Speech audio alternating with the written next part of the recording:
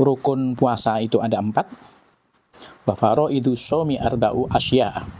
Ahaduha aniyatu, yaitu bil qalbi, fa in kana shaumu fardhon ka ramadhana aw nadhran fala budda min iqa'i niyati lailan.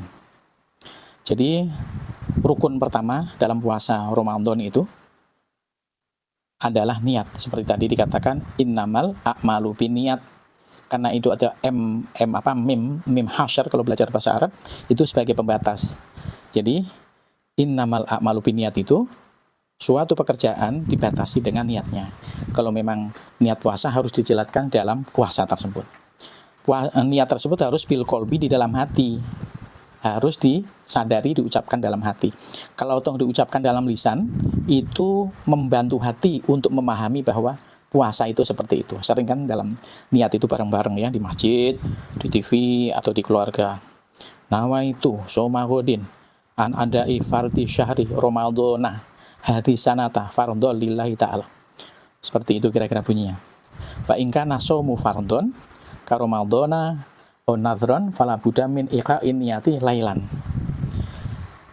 Jika puasa itu puasa fardu, puasa wajib, seperti contohnya puasa Ramadan ya, 2 hari lagi kira-kira, on-nadhron atau puasa karena nazar. Nazar itu janji kepada Allah. Jika anakku tahun ini lulus kuliah, maka aku akan puasa seminggu misalnya. Itu jadi puasa nazar, puasa wajib dalam seminggu. Dengan puasa wajib tersebut, fala budda min iqa'in niyati lailan. Maka wajib meniatkan puasanya itu pada waktu malam. Jadi ini pengecualian.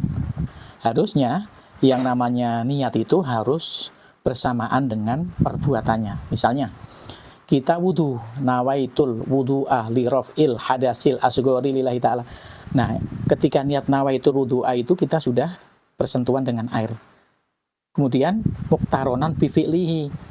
Niat itu harus bersamaan dengan pekerjaannya. Ini apa wudu? Wudu syarat pertama apa? Oh, itu apa? Niat.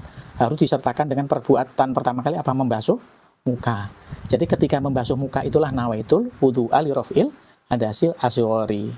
Tapi kadang-kadang ada orang-orang yang mempermudah caranya supaya tidak salah.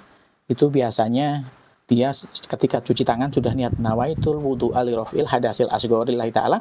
Ketika membasuh ke wajah, dia niat lagi dalam bahasa Indonesia, saya berniat wudu supaya atau diperbolehkan untuk sholat wajib.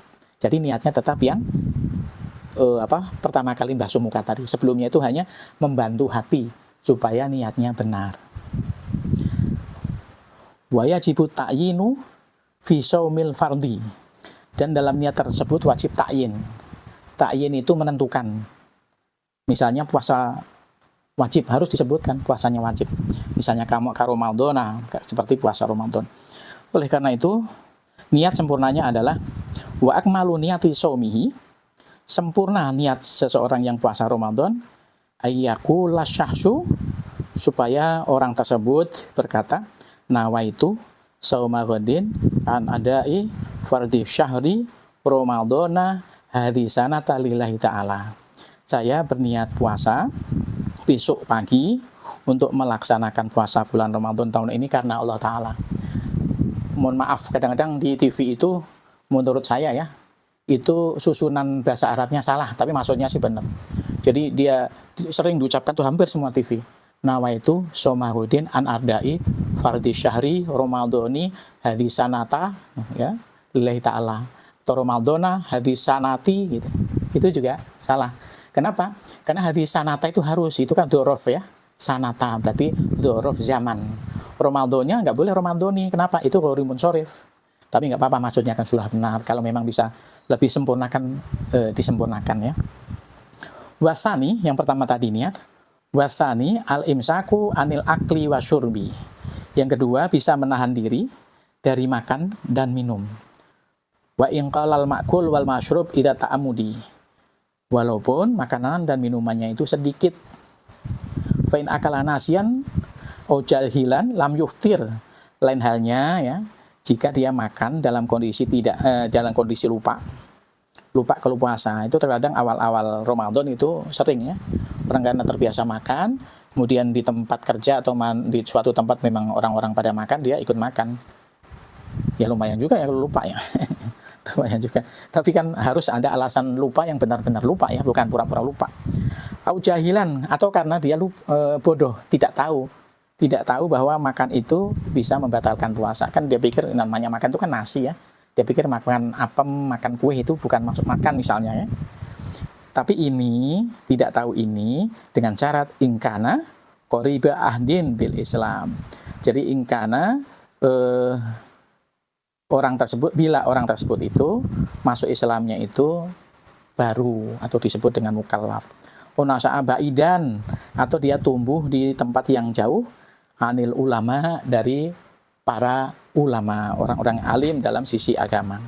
Wa ila aftoro, jika dia bodoh tapi tinggal dia di lingkungan para ulama, orang-orang yang tahu tentang fikih, tentang syariah, maka jahilnya, kebodohannya itu tidak dinilai, maka tetap batal.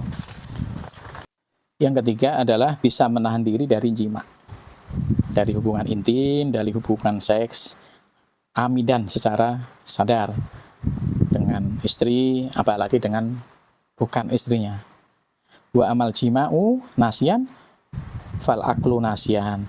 Jika melakukan hubungan intim, melakukan hubungan seks tapi dia lupa, maka hukumnya seperti makan yang lupa juga, sehingga tidak membatalkan puasanya.